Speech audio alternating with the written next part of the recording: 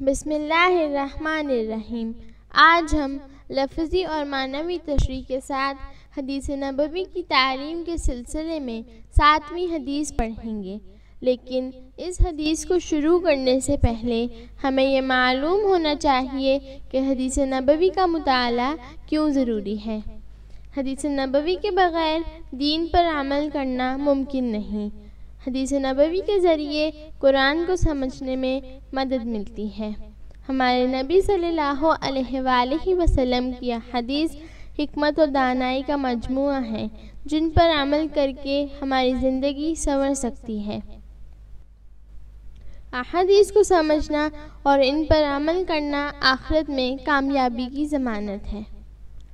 اس سلسلے کی 7ویں حدیث میں ہم پڑھیں گے کہ رحم اور عزت و تکریم کے حقدار کون لوگ ہیں۔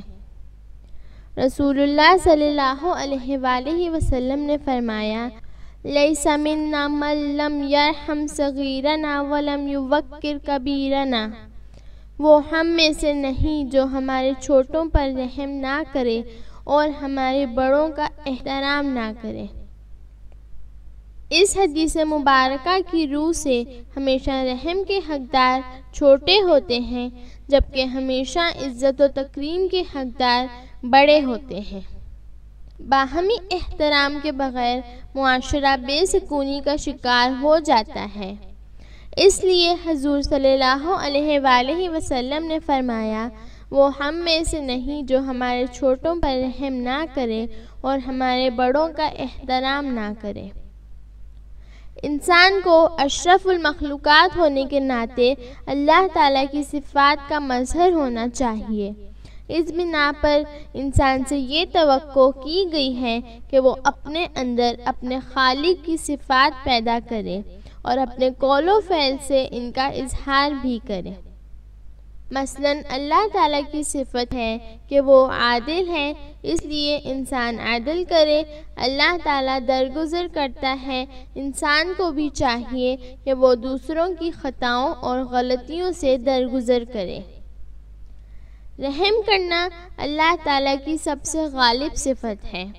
نبی کریم صلی اللہ علیہ وآلہ وسلم کی اس حدیث میں خاص طور پر صفت رحمت پر زور دیا گیا ہے۔ رحم کے زیادہ حقدار ہمیشہ چھوٹے ہوا کرتے ہیں اور بڑے عزت و تکریم کے حقدار ہوتے ہیں۔ اس لیے نبی کریم صلی اللہ علیہ وآلہ وسلم نے اتنی تاکید کے ساتھ ارشاد فرمایا کہ جو ہمارے چھوٹوں پر رحم نہیں کرتا اور بڑوں کی عزت نہیں کرتا، وہ ہم میں سے نہیں، یعنی میرے سایہ شفقت سے محروم رہے گا۔ بچوں کو مناسب تعلیم و تربیت سے محروم رکھنا انہیں شفقت سے محروم کرنا ہے۔ ظلم یہ ہے کہ ان کی تعلیم و تربیت کے بجائے انہیں چھوٹی سی عمر میں جسمانی مشقت کے کاموں میں لگا دیا جاتا ہے۔